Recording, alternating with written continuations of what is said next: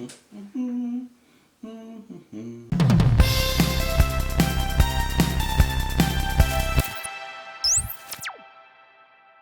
up, guys? Welcome back to the channel. My name is Justin, and today we're listening to Sinead O'Connor with the song Just Like You Said It Would Be.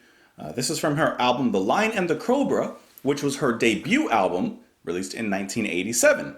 This is a viewer's choice by Brian Middleton. So Brian, thank you.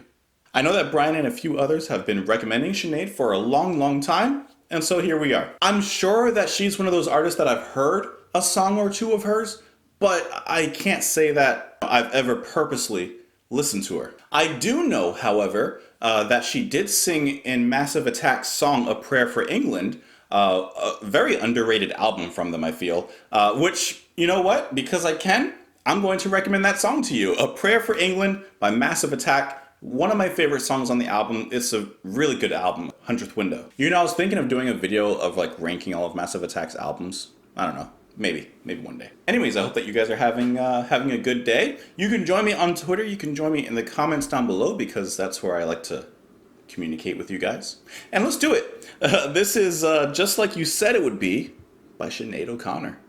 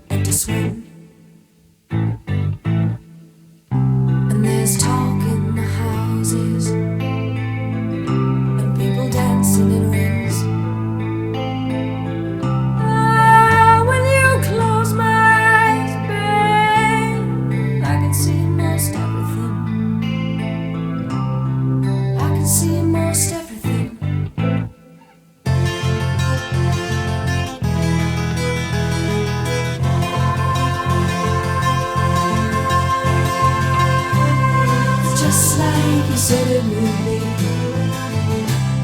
It's just like you said it would be. It's just like you said it would be. It's just like you said it would be.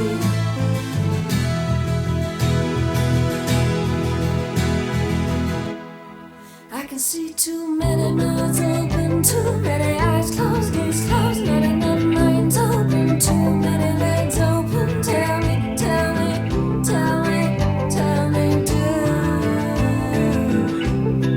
why isn't it why?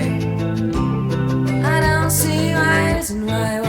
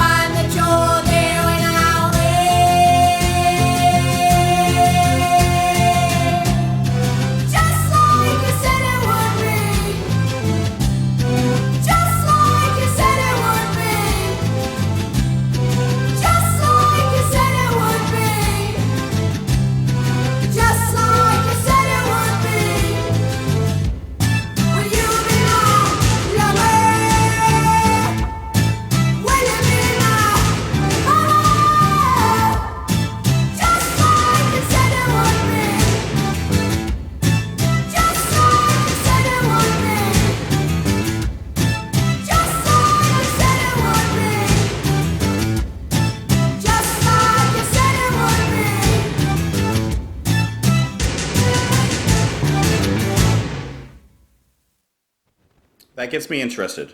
That's the gateway drug. That's the gateway for me being interested in more from Sinead. I really liked it, and once I put it together that she is also the singer, like I mentioned before, from 100th Window, from Prayer for England, it connects me. She has a wide range of expression that doesn't come across over theatrical. Her delivery is passionate and intense, and at sometimes it's sarcastic, it's a little questiony, which kind of goes along with the lyrics, which I'll get into a little bit later. But regardless, she has all the tools of the trade, and she nails it in this song. Get it? Tools. Nail. I'm trying. I'm writing material down. I'm working it in. Even in her angry and empowered singing / yelling near the end, she still knows how to carry that so well. I like the way that she allows her voice to drop at the end of that.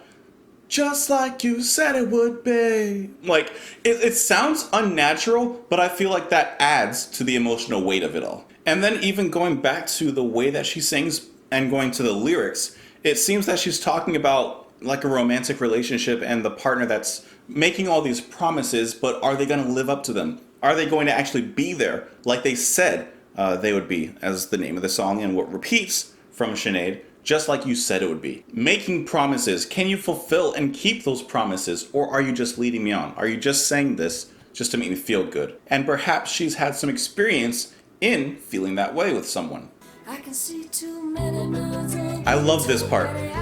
This part, it gets a little more self-reflective and also a little more playful because she's kind of asking herself in the lyrics. She says, I can see too many mouths open, too many eyes closed, ears closed, not enough minds open, too many legs open. Tell me, do. Why isn't it? Why? I don't see. Why I listen? Why? She's seen this happen before. She's seen people experience this heartbreak, this being led on and only to be disappointed later in the future. Why didn't she pay attention to those? Why didn't she learn from those experiences, those other examples? Why didn't she take that to heart? I think a lot of us can probably relate to that, being led on, knowing that like you're able to look at another couple and be like, you know, they're not really right for each other. Like, but then we find ourselves in the same situations, but we're blinded and we're not able to get out of those. I'm just taking the bad relationship aspect of it because it seems like that's what she's talking about. All these people, I see that they're doing it and it's hurting them, but why did I allow myself to do it?